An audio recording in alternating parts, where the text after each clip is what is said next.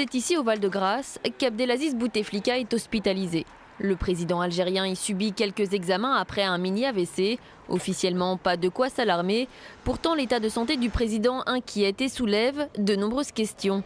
À 76 ans, Abdelaziz Bouteflika est-il toujours en mesure de gouverner l'Algérie?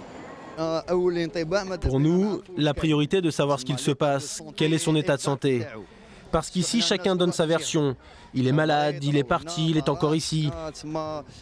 Il nous faut des nouvelles à travers les informations, quelque chose d'officiel pour faire taire toutes les rumeurs. Des rumeurs qui entretiennent une certaine opacité autour du pouvoir algérien. Les apparitions publiques d'Abdelaziz Bouteflika se font rares. La dernière remonte au 17 avril, lors des funérailles de l'ancien président Ali Kafi. Bouteflika y apparaît diminué.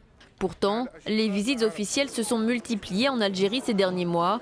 Après François Hollande en décembre 2012, David Cameron a rendu visite au chef de l'État algérien, tout comme la directrice du FMI Christine Lagarde ou encore le président sud-africain Jacob Zuma. Car pour de nombreux observateurs, Abdelaziz Bouteflika reste pour le moment le seul décisionnaire. En son absence, personne ne peut le remplacer. Vous savez, la paralysie vient du fait que le président monopolise tout entre ses mains, ne délègue rien du tout. Par conséquent, c'est le grand point d'interrogation. Qui remplacera Bouteflika? Que sera l'Algérie après Bouteflika? C'est le grand point d'interrogation. À moins d'un an de l'élection présidentielle, les Algériens s'interrogent. Leur président briguera-t-il un 4e quinquennat? Une option qui lui est possible depuis 2008, suite à la modification de la constitution algérienne. Mais après la dégradation de son état de santé, la succession de Bouteflika commence à être évoquée.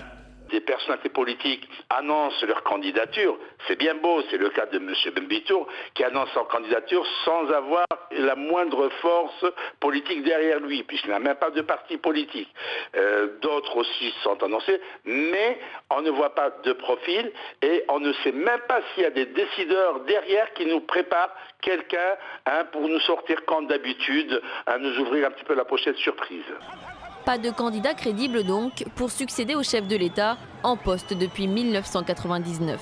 Un temps pressenti, Saïd Bouteflika, conseiller et frère du président, a été écarté ces derniers jours, mis en cause selon la presse algérienne dans des affaires de corruption. L'échéance électorale arrivant à grands pas, le pouvoir algérien semble plus que jamais garder le mystère quant à l'avenir de l'Algérie.